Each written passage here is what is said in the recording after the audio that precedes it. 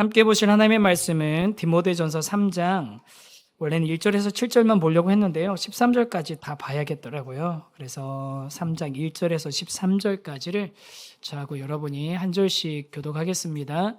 프린트물에도 있고 화면에도 있고 여러분 성경책 보시고 읽으셔도 좋겠습니다. 제가 먼저 읽겠습니다. mit보다 이 말이여 곧 사람이 감독의 직분을 얻으려 함은 선한 일을 사모하는 것이라 함이로다.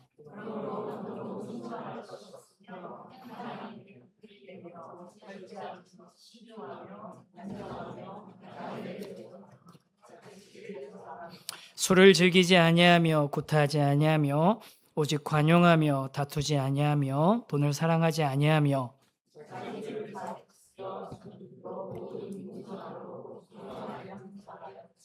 사람이 자기 집을 다스릴 줄 알지 못하면 어찌 하나님의 교회를 돌보리요.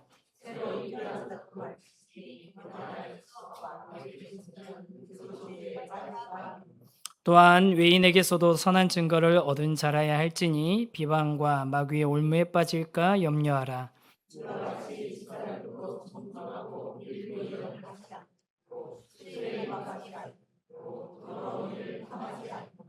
깨끗한 양심에 믿음의 비밀을 가진 자라야 할지니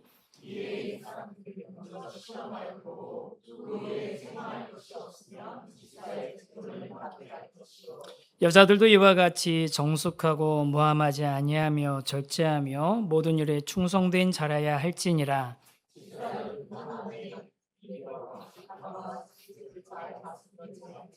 같이 읽습니다. 집사의 직분을 잘한 자들은 아름다운 지혜와 그리스도 예수 안에 있는 믿음의 큰 담력을 얻느니라. 아멘. 그래서 오늘은 이제 이 직분자들이 갖춰야 될 인격 혹은 자격에 대해서 오늘 같이 말씀을 나눠보려고 합니다. 성경에 보면 구약과 신약의 평신도들을 직분자로 직무를 맡기는 그런 모습들이 나옵니다. 그 모습들에 보면 구약에 보면 이제 크게 두 개의 직분자가 있는데요. 지난주에 본 기름 부은 자에 해당되는 왕, 제사장, 선지자는 제외했습니다. 그거는 우리가 이제 그 세 가지 직분을 우리가 이미 봤으니까 구약에 나오는 대표적인 직분이 두 가지가 있는데 첫 번째는 뭘까요? 구약의 직분자 첫 번째 가로에는 뭐가 들어가면 좋겠습니까? 네, 뭐가 돼야 될까요? 장로입니다. 장로. 그래서 이 장로는요, 구약에 나와 있는 장로는 신약에서 말하는 또 그런 현대 교회가 말하는 장로와는 좀 다른 의미가 있습니다. 뭐냐면 경험으로 다스리면서 자연스럽게 인정된 회중의 지도자들을 장로라고 구약 성경에서는 불렀습니다. 그래서 출애굽기에 보면 장로라는 표현이 먼저 나오거든요. 모세가 장로들 출애굽하기 전에 장로들과 만나서 상의를 합니다. 그들은 뭐 어떻게 직분을 받은 거라기보다도 공동체 안에서 연륜이나 이런 그 영향력으로 이미 지도자로 인정을 받은 사람들인 거죠. 출애굽기 12장 21절 말씀 우리가 한번 같이 한번 읽어볼까요? 시작.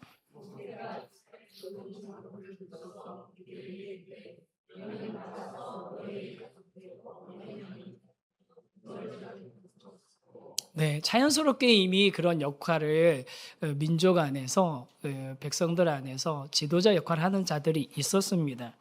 그런데 출애굽을 막상 하고 나서 그 뭐 남자 장정만 60만 명, 여자와 아이들까지 다 하면은 뭐 100만 명, 200만 명 가까이 되는 그 인원들을 다 이제 모세가 이끌어 나가려니까 어려움이 생겨요.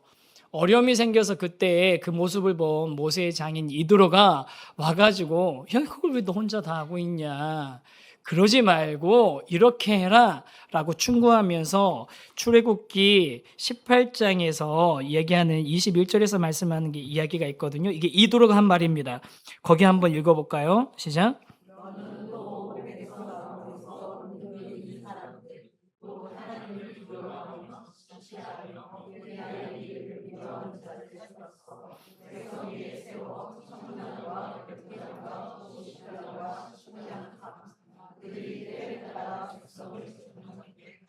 이건 누굽니까? 그러면 천부장, 백부장, 50부장, 10부장. 그러니까 부장을 이렇게 세운단 말이에요. 단위에 따라서 세웠습니다. 그래서 백성을 잘 다스리기 위해서 이런 사람들을 발탁해서 지도자로 세워라라고 했고, 그들에게 재판, 송사나 여러 가지 일들, 시비를 가리는 일을 맡기게 됩니다. 그래서 구약에 보면 장로라는 그런 호칭을 받는 사람들도 있고, 이런 천부장, 백부장, 50부장, 10부장 같은 그런 기능을 감당하는 그런 사람도 있었습니다. 근데 신약으로 넘어오니까 이제 조금 더 구체적으로 주님께서 직분을 맡기시고 또 교회가 직분을 맡기는 이야기가 나오는데요. 첫 번째 신약에 등장하는 직분은 뭘까요? 첫 번째 가로는 뭘 것 같습니까?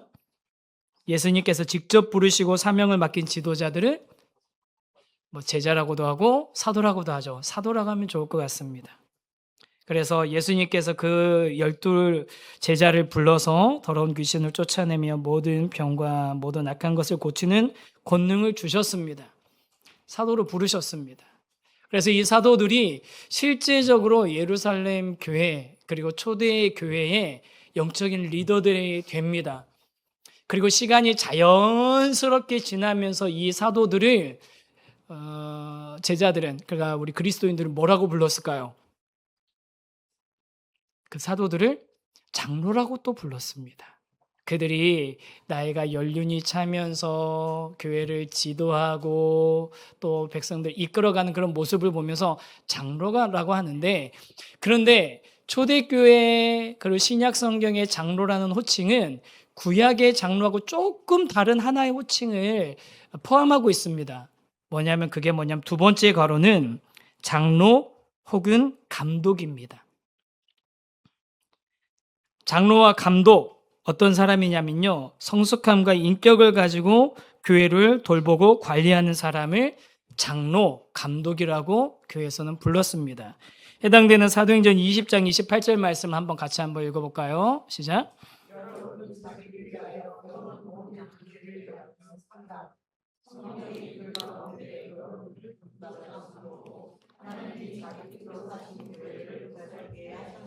자, 성령이 그들 가운데 여러분을 뭐로 삼았다고요?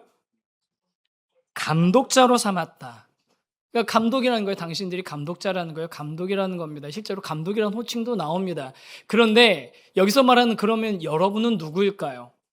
이 장면은 아직 우리가 산성전에서 여기까지는 가지는 않았는데, 나중에 보면 에베소 교회의 장로들이 사도 바울이 예루살렘으로 가는 그 여정을 가겠다니까 그 마지막 여정을 앞두고 만났을 때 에베소 교회 장로들을 향해서 사도 바울이 한 얘기예요. 그러니까 에베소서 장로들이 누구라는 겁니까? 곧 당신들이 이 교회의 감독자다. 교회 감독이다. 그래서 초대교회는 장로와 감독이라는 단어가 거의 일치하게 사용되어졌습니다. 같은 직분입니다. 그래서 교회를 감독하고 그 교회를 보살피게 하는 그런 역할을 하는 겁니다. 교회를 돌보고 관리하는 자인 거죠. 그리고 우리가 이미 사도행전에서 한번 같이 봤습니다. 교회의 히브리파 과부들과 헬라파 과부들을 구제하는 데 있어서 불공평함이 생기니까, 원망이 생기니까 그 문제를 해결하기 위해 누구를 세웠습니까? 집사를 세웠습니다. 그래서 세 번째 가로는 집사입니다. 구제를 수행하기 위해 선출된 일꾼입니다. 그때 설교 때도 말씀드리지만 성경에는 집사라는 호칭은 나오지 않아요. 집사라는 호칭은 나오지 않지만 그들이 한 모든 일들을 디콘이라는 그 집사의 직분과 연관되어 있는 단어들이 다 사용되고 있습니다. 그래서 그들의 직분을 집사라고 직접 호칭하진 않지만 우리 모든 역사적으로 그들을 집사라고 부르는데 전혀 저는 문제가 없다고 생각하거든요. 그래서 이 집사는 뭘 위해서 선출된 일꾼입니까? 구제를 수행하기 위해 선출된 일꾼들입니다. 그러니까 이제 이 신구약 성경에 나와 있는 이 직분자들을 선출한 이유는 뭐예요? 첫 번째는 사람을 잘 키우기 위해서 제자들을 부르실 때처럼, 그 다음 또 성도 간의 갈등이나 공동체의 문제들이 있을 때 그걸 해결하기 위해서이고요. 또 그 다음에 리더들이 그 일들을 분담해서 사용하기 위해서 이런 역할들을 직분자들을 세웠던 겁니다. 그러면 이 지금 여태까지 봤던 이 말씀들을 통해서 봤을 때 그러면 직분자들은 어떤 자격을 갖춘 사람이어야 됐습니까? 직분자들의 자격. 우리가 직분자들의 자격하면 뭔가 이 사람이 행할 능력이 있냐 없냐를 생각하기 쉬운데 사실은 성경은 능력이나 담당할 수 있는 역량의 차이는 있을 수 있지만 자격의 차이는 없다고 얘기합니다. 이 무슨 얘기냐면 아까 1000부장, 100부장, 50부장 뽑을 때 1000부장의 자격 따로 있고 100부장의 자격 따로 있고 50부장의 자격 따로 있고 10부장의 자격 따로 있다고 돼 있었나요? 그렇지 않습니다. 똑같이 하나님을 두려워하며 진실하며 불의한 이익을 미워하는 자들을 뽑아가지고 그들 가지고 직무를 맡겨라. 역량의 차이는 있을 수 있지만 자격은 차이는 없다. 그렇게 나와 있습니다. 그리고 우리 집사를 뽑고 또 그 다음에 또 나중에 이제 우리 뒤에 보게 되는 장로, 집사 또 권사의 그 자격에 대해서 언급할 때 그들의 기능에 대한 이야기가 많을 것 같습니까? 아니면 성품에 관한 이야기가 많을 것 같습니까? 성품에 관한 이야기가 훨씬 많습니다. 성령과 지혜가 충만한 칭찬받는 사람을 뽑아라. 한번 생각해 보세요. 이게 우리 집사를 뽑을 때 조건이지 않습니까? 집사를 뽑을 때 지금 뭐에 문제가 생긴 거예요? 구조의 문제가 생겼잖아요. 그러면 저 같으면 이렇게 했을 것 같아요. 계산을 잘하고 공평한 사람을 좀 뽑아라. 그런데 성령과 지혜가 충만하며 사람들에게 칭찬받는 사람을 뽑아라. 인격이 좋은 사람을 뽑아라. 기능보다 영성과 도덕성이 더 중요하다는 겁니다. 그래서 신구약 성경은 일관되게 기능보다는 인격에 관해 집중하고 있다는 거. 성경이 말하는 지도의 자격은 기능에 관한 것이 아니라 대부분 인격 성품에 관한 것이라는 것을 여기 있는 모든 분들이 꼭 기억하시면 좋겠습니다. 그러면 지도자들은, 직분자들은 어떤 성품을 그럼 갖춰야 되는 것이냐? 뭘 갖춰야 되는 것이냐? 그 중에서 디모데전서 오늘 읽었던 말씀에 나와 있는 말씀을 중심으로 우리 장로, 집사, 권사직이 갖춰야 될 조건들을 같이 한번 살펴보려고 하거든요. 우리 장로의 직에 관해서 우리 첫 번째 화면 같이 보고 같이 읽어볼까요? 시작.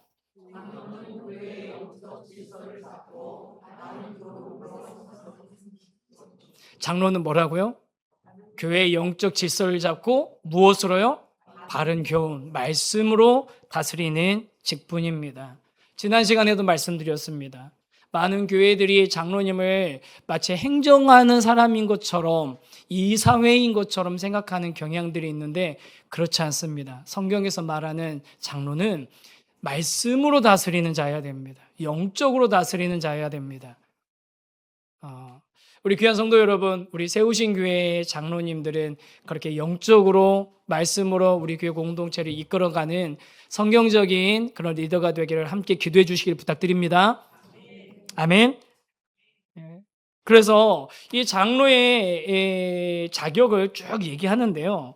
이걸 제가 좀 이제 카테고리를 좀 나눠봤어요. 첫 번째는 개인의 성품에 해당되는 겁니다. 좀 이렇게 중복되는 것도 있지만 개인의 성품에 해당되는 거. 우리 장로 임직하시는 분들 한번 체크 한번 해보세요. 몇 개나 해당되는지. 책망할 것이 없고 절제하고 신중하고 단정하고 나그네를 대접하고 술을 즐기지 않고 구타하지 않고 관용하고 다투지 않고 돈을 사랑하지 않아야 한다. 몇 가지는 분명히 안 하고 계시겠죠. 구타하지 않으시겠죠.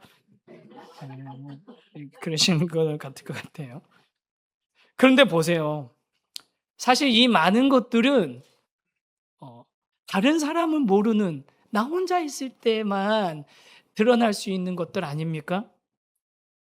개인의 성품, 습관, 취향, 기호식품, 대인관계, 재물관까지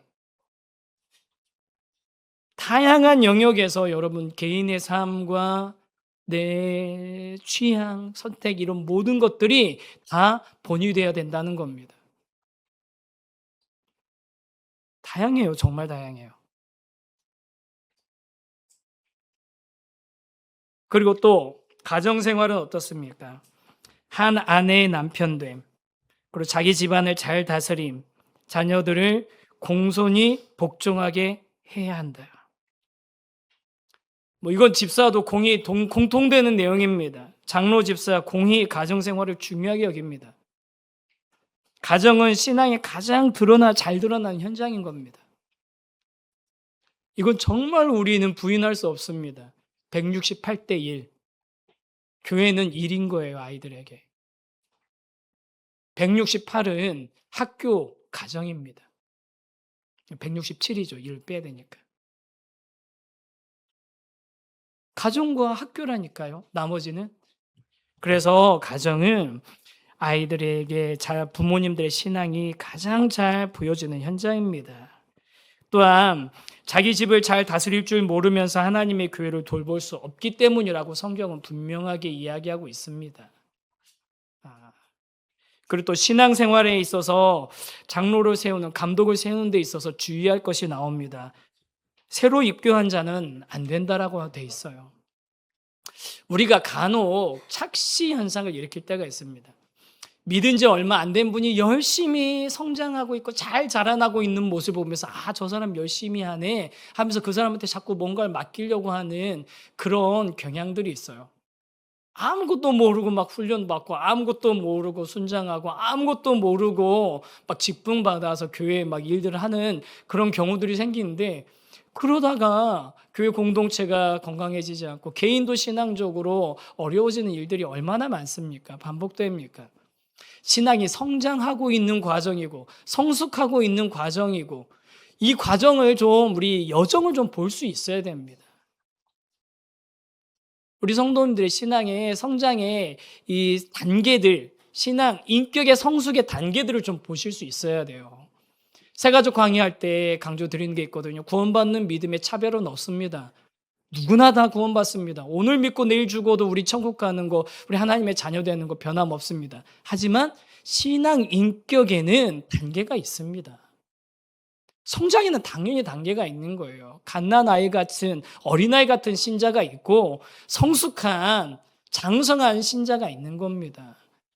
그래서 그 신앙이 입증되어야 된다는 거예요. 새로 입교한 자가 안 되는 겁니다. 인격과 신앙은 어디에서 검증이 되어져야 되는 겁니까? 공동체 안에서 검증이 되어져야 되는 거예요. 그래서 사실 이번에 우리 임직 투표할 때 처음엔 저도 조금 고민을 좀 했어요.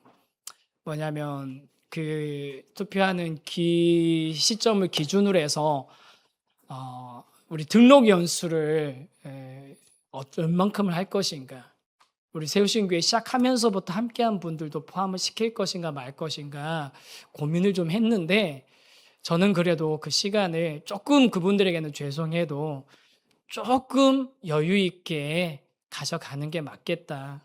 우리 공동체 안에서 서로의 삶을 지켜보고 함께 이 과정들을, 여정들을 함께 하는 것들을 통해서 우리가 서로 알아가는 시간이 분명히 필요하다라는 생각을 했습니다. 그래서 새로 입교한 자도 안 되고, 게다가 우리 또 장로, 감독에게는 사회적인 평판도 있습니다. 누구에게 선한 증거를 얻어야 된다고 되어 있습니까? 외인, 믿지 않는 자들에게도 선한 증거를 얻어야 된다는 거예요. 교회 안에서만 칭찬받는 걸로는 부족하다는 겁니다. 교회 안에서는 바른 칭찬받는 좋은 그리스도인이지만 세상에서는 비난받거나 비도덕적이거나 비윤리적이거나 심지어는 불법적인 일을 하는 경우들도 있습니다. 그런 분들은 교회에서 장로, 감독의 직을 하실 수 없는 거예요. 하시면 안 되는 거예요. 많은 사람들이 얘기하는 한국 교회가 언론으로, 세상으로부터 지탄받기 시작한 사건이라는 게 있습니다.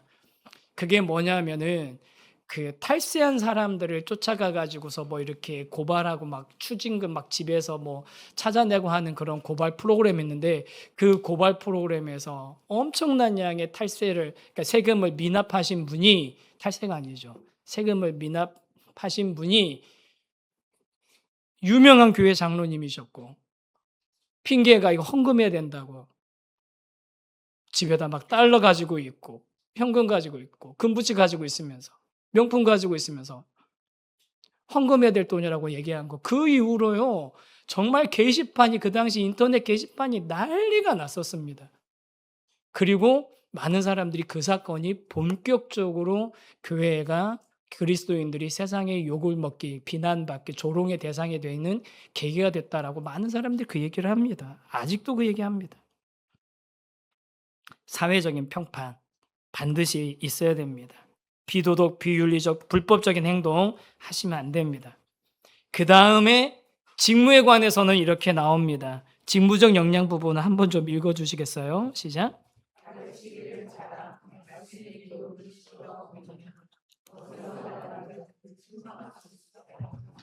여기서도 다시 나옵니다. 이거 몇 번 강조하는 겁니다.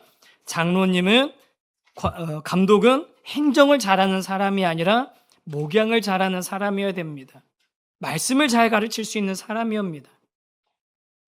우리 교회가 장로님의 피택 조건에 순장이셔야 됩니다 라고 조건을 넣은 이유가 거기에 있습니다. 말씀을 가르치는 일에 힘쓰셔야 되는 거고요. 말씀으로 선한 영향력을 미칠 수 있으셔야 되고, 또 그러려면 어떻게 해야 되는 겁니까? 필연적으로 그 말씀 앞에 본인이 서야 되는 거예요. 정직하게. 종합적으로 보면 신약 시대의 장로 그리고 감독은 그냥 지위가 아닙니다. 정말로 이 교회 공동체 안에서 모든 성도들이 보면서 내가 따라가면서 난 저런 그리스도인이 되고 싶어, 그런 분이 바로 교회의 장로, 감독인 겁니다. 군림하는 자가 아니라 종처럼 섬기는 자이고요. 또 양떼의 본이 되라는 베드로 사도의 권면도 있었지 않습니까? 그게 신약 교회가 바라보는 장로님의 가장 아름다운 바람직한 모습인 겁니다. 그래서 그 장로님에게는 다양한 영역, 개인의 성품과 가정생활과 사회생활과 직무에서 모든 면에서 성도들의 본이 되어야 하는 것입니다. 나 지금 여기서 나 그렇게 안 되는데 어떡하지? 지금부터 그렇게 하시면 되는 거예요. 자격을 다 갖췄기 때문이 아니라 그런 방향으로 그렇게 이끌어 가라고, 함께 가라고 그 직을 맡기셨다고 확신하시면서 지금부터 이 영역들을 주님 앞에 맡기면서 의지하시면서 나가셔야 합니다.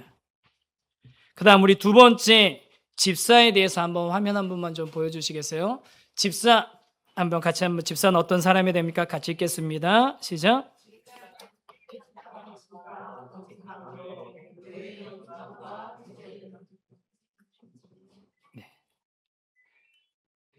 집사는 깨끗한 양심과 정직함으로 교회 행정과 구제, 재정을 살피는 직분입니다.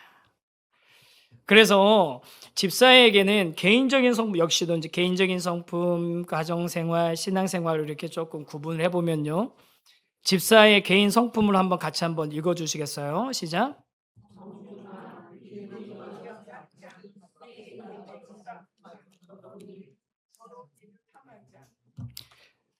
정중하고 일구이연하지 않고 언행이 가볍지 않다는 거죠. 또 타인에게 존경받을 만해야 되고요. 술에 임박히지 않고 중독되지 않은 절제력과 또 부정한 이익을 탐하지 않는, 그러니까 이익에 대한, 돈에 대한 그런 탐심이 없어야 한다는 겁니다. 뭐 집사들은 돈 벌면 안 된다는 얘기가 아닌 거죠. 부정한 이익을 탐하지 않아야 된다는 겁니다. 술에 중독되지 않아야 된다는 겁니다. 그럼 술만 나왔으니까 다른 거는 중독하셔도 괜찮죠?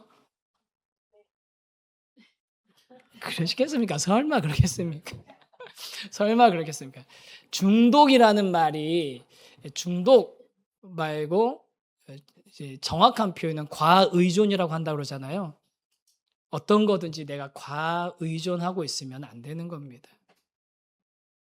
그게 어떤 뭐 행위든지 아니면 물건이든지 기호식품이든지 뭐든지 혹시 내가 그것이 항상 내 손에 붙들려 있고 내가 습관적으로 찾고 있고 그렇다면 내가 술에 임박인 것 같은 그렇게 과의존하고 있는 상태는 아닌지 점검해 보셔야 됩니다.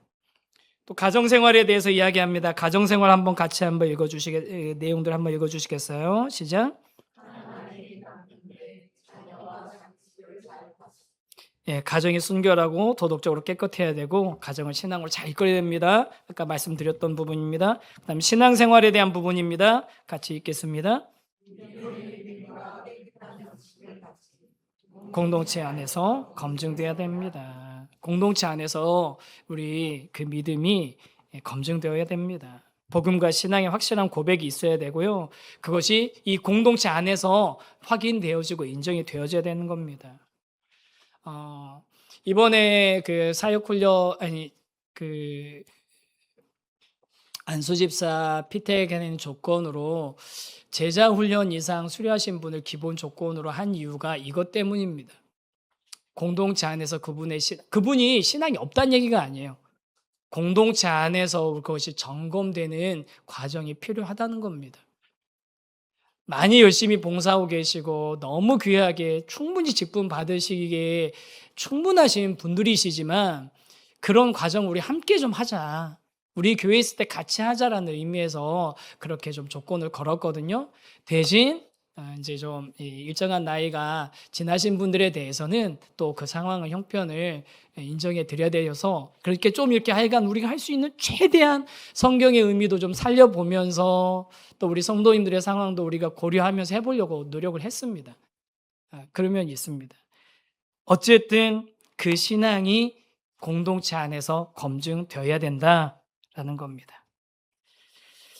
그리고 이제 그다음 세 번째 직분으로는 여인에 관해서라고 되어 있는데 저는 이게 우리 권사님들에 대한 좋은 우리 기준이 된다고 생각합니다. 우리 다음 화면 한 번만 보여주시겠어요? 권사에 관해서 한번 같이 한번 읽어보겠습니다. 시작.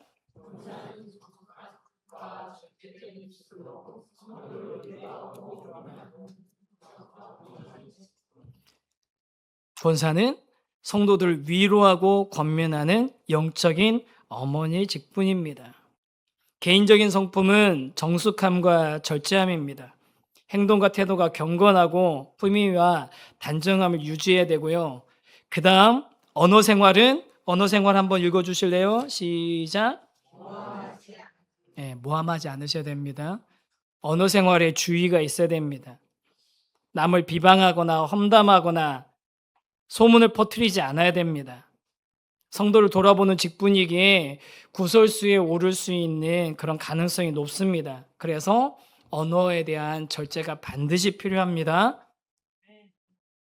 아멘. 감사합니다. 정말 감사합니다. 제가 좀 걱정하고 있는 부분 중에 하나가 그 있어요. 아직까지는 우리 교회 괜찮다고 생각하는데 우리는 얼마든지 얘기가 한 다리만 건너면은 누구 얘기인지 알 수 있는 이제 공동체예요. 맞죠? 우린 정말 한 다리만 건너면 누구 얘기인지 다 알 수 있는 공동체예요. 그렇기 때문에 특히 뭘 우리가 조심해야 됩니까? 말을 조심해야 됩니다. 위해주는 척도 하지 마십시오. 정말 위한다면 뭐 하셔야 되는 거예요? 말하지 말고 기도하시면 되는 거예요. 정말 위하신다면 다른 사람한테 위해주는 척 하지 마시고 기도하시면 되는 거예요. 꼭 부탁드립니다.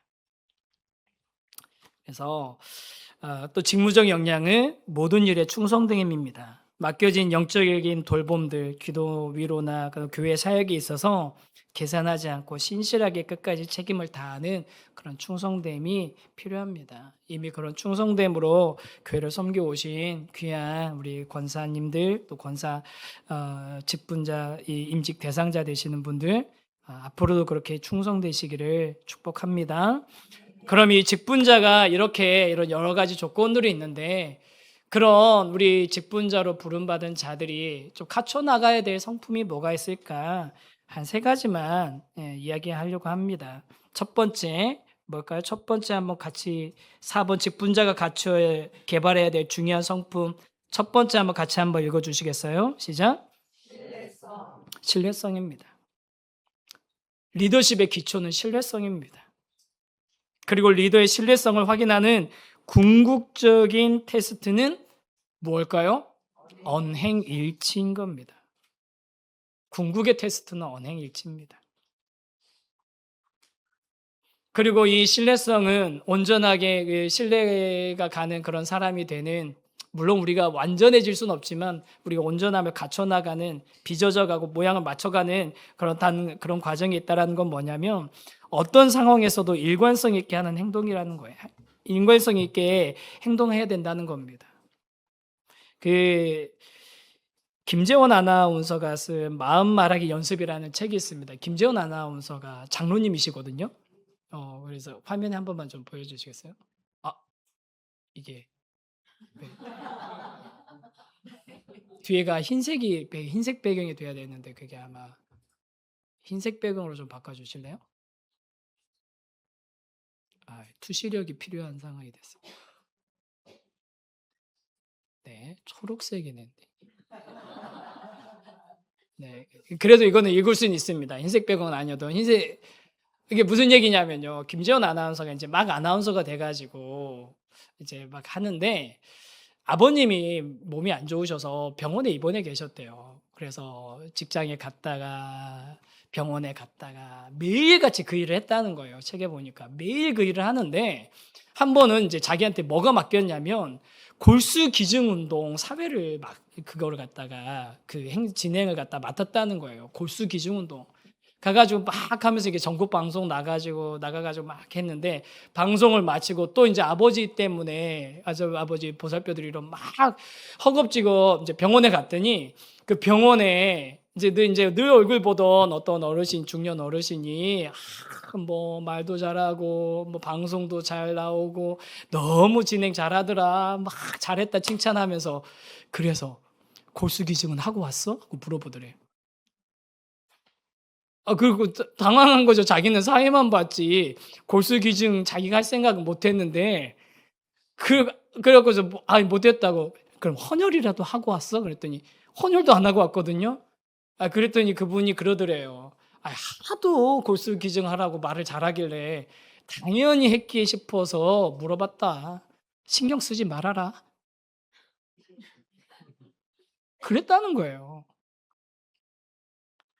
하도 정말 진짜 이 골수 기증이 얼마나 중요한지 왜 해야 되는지 막 너무 말을 잘하길래 했겠거니 싶었는데 신경 쓰지 말아라.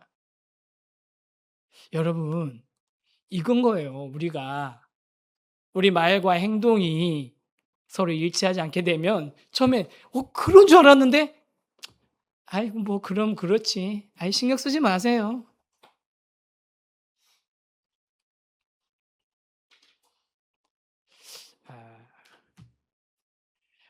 우리 귀한 성도 여러분, 저도 그렇고 우리 직분자 맡으시는 우리 귀한 우리 모든 분들이 정말 말과 행동이 일치하는 그런 신뢰성을 쌓아가는 그런 우리 귀한 사람들이 되시기를 바랍니다.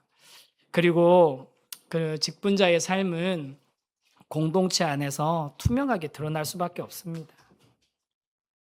투명하게 드러나면 진실되게 하고 싶지만 또 우리가 실수할 때가 분명히 있죠. 왜 없겠어요? 저라고 없겠습니까? 누구나 다 있죠. 지도자에게도 늘 허물과 실수가 따라다닐 수밖에 없습니다. 그래서 옛날 분들은 그랬죠. 목사님한테 너무 가까이 가는 거 아니다. 너무 가까이 가면 실망한다. 그런 얘기들 많이 하잖아요. 예? 상처받는다.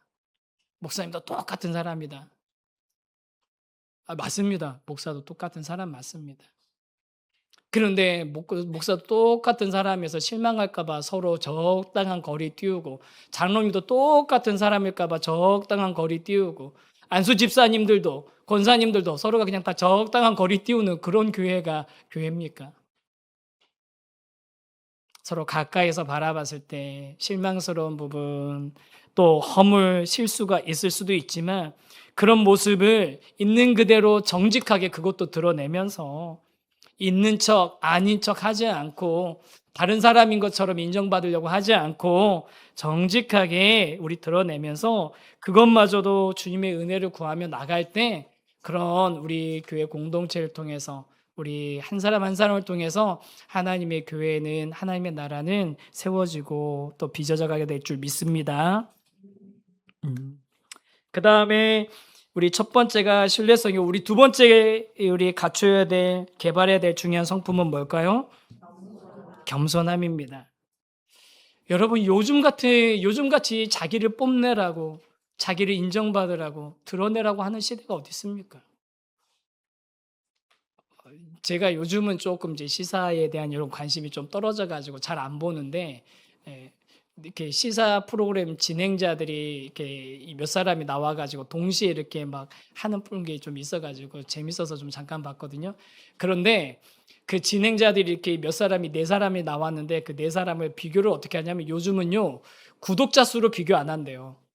유튜브 구독자 수로 안 하고 동접자 수로 한답니다. 동시에 몇 명이나 접속했느냐. 그걸 동접자라고 하더라고요. 그러면서 동접자 수만 구독자 수는 반도 안 되는데 동접자 수가 훨씬 많으니까 아주 목에 힘이 이만큼 들어가더라고요. 그 진행자가. 자기가 잘난 거를 마음껏 자랑하는 그래야만 되는 시대에 그런 시대가 돼 있거든요. 그런데 그런 우리에게 예수님께서 뭐라고 하십니까?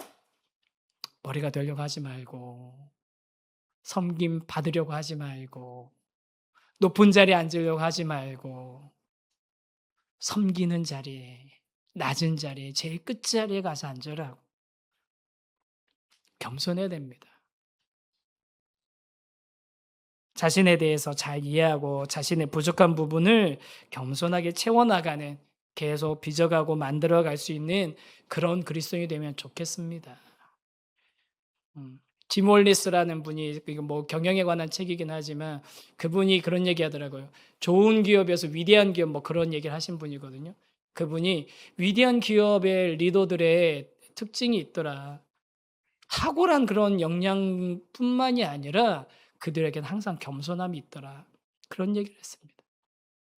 정말 우리 교회가 저도 그렇고 우리 직분자들도 그렇고 겸손하게 우리 하나님을 의지하면서 우리의 연약함들은 부족한 부분들은 채우면서 함께 성장해 나가는 그런 교회가 되면 좋겠습니다. 그리고 또 교만은 겸손해야 되는 이유는 교만은 쉽게 빠지는 함정이기 때문입니다. 교만해지면 어떻게 될까요? 우리가 교만해지면 내가 교만해졌는지 교만하지 않는지 어떻게 할 수 있으세요? 대부분은 교만한 분들은 교만하지 않다고 생각할 가능성이 있습니다. 어떻게 그걸 구분하실까요? 내가 교만한지 안 하는지. 내가 주인 행세하고 있으면 그거 교만한 겁니다. 교회에서.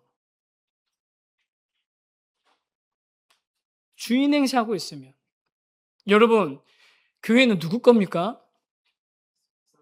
교회 지분 정재환 목사한테는 교회 지분, 우리 세우신 교회 지분 얼마나 있습니까? 몇 퍼센트 있는 겁니까? 우리 장로님들에게는 우리 세우신 교회 지분 몇 퍼센트 있습니까? 우리 안수 집사님들은 몇 퍼센트 가지고 계세요? 소액주 주세요? 대주 주세요? 권사님들은 어떠신가요? 집사님들은 어떠신가요? 여기에 내가 지분이 있다라고 생각하는 순간 주인 노릇을 하려고 하는 게 되는 겁니다. 권한을 행사하려고 하는 겁니다. 우리는 지분이 없습니다. 교회의 진짜 주인은 하나님이십니다.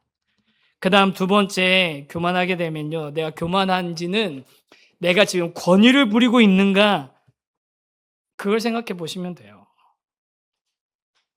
내가 가지고 있는 이 영향력을 가지고 내 자리에서 할 수 있는 일을 가지고서 혹시 이기적인 목적이나 살인 사역이나 아니면 내 감정을 사용하고 있는가 남용하고 있는가 이거 진짜 여러분 어려운 이야기입니다. 어려운 이야기예요. 큰 교회나 뭐 이런 이제 점점 이제 조직이 발달되고 나면요. 분과장 장로님한테 사인 받으러 가기 전에 엄청 눈치 보여요. 그래가지고 가가지고서 만나서 사인 받아야지 결제가 되고 그 안에 뭔가 어떤 계획했던 시간 안에 뭔가 재정이 집행이 될 텐데 막 사인해 주는 거 가지고서 위세 부리시는 분들 있어요. 교회들 가면. 있습니다. 절대로 있어서는 안 되는 일입니다. 그러면 이렇게 자기의 결점을 이해하고 또 대처하기 위한 방법 4가지인데 이건 그냥 읽어만 보고 가겠습니다. A, B, C, D 하나씩 읽겠습니다. 시작.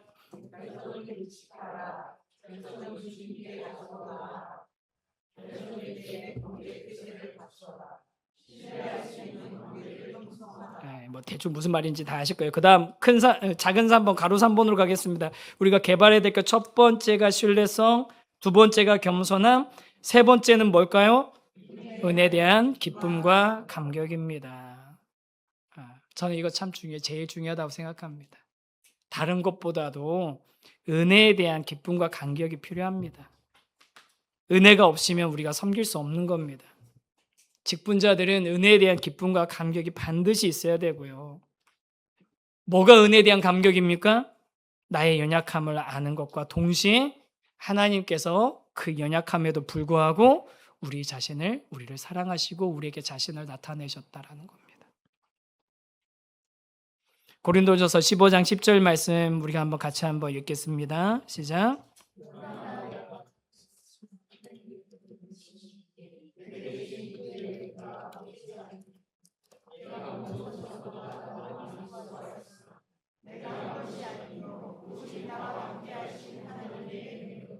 아멘. 나의 나된 것은 뭐라고요?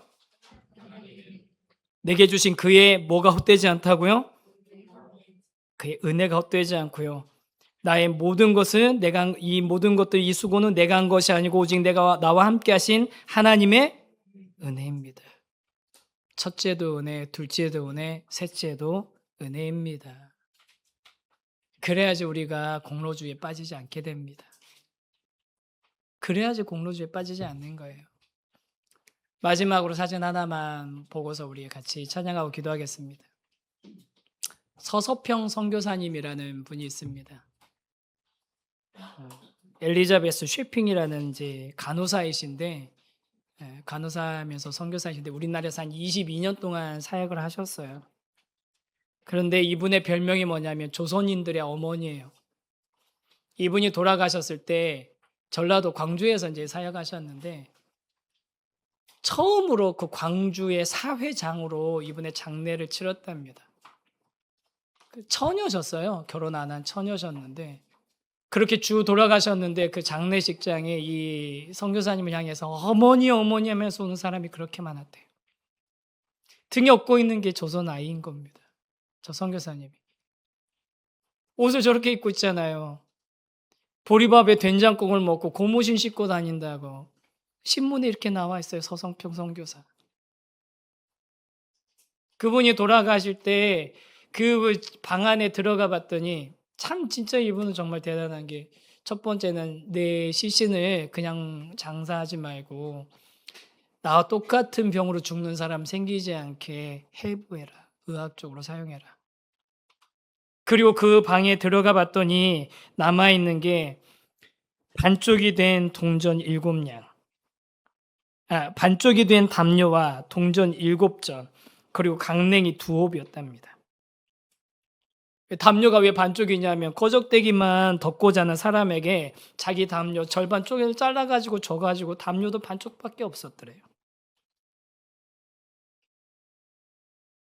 그런데 그분의 그 침소 옆에는 이런 글씨가 써 있었습니다. 바로 저겁니다. Not success, but service. 성공이 아니라 섬김이다. 이분이 왜 이런 섬김을 할 수 있었습니까? 대단한 인류에 헌신된 분이셔서 그렇습니까? 아니에요. 한 가지입니다. 은혜입니다. 은혜. 은혜를 알았기 때문에 그렇게 섬길 수 있었던 거예요. 우리 귀한 동역자 여러분, 저도 우리 동역자 여러분들도 성공이 아니라 섬김으로 내 힘이 아니라 은혜로, 내 공로가 아니라 은혜로 이 직분을, 거룩한 직분을 감당해내는 귀한 하나님의 사람, 또 그런 직분자들이 세워지는 우리 귀한 교회 되기를 간절히 소망합니다.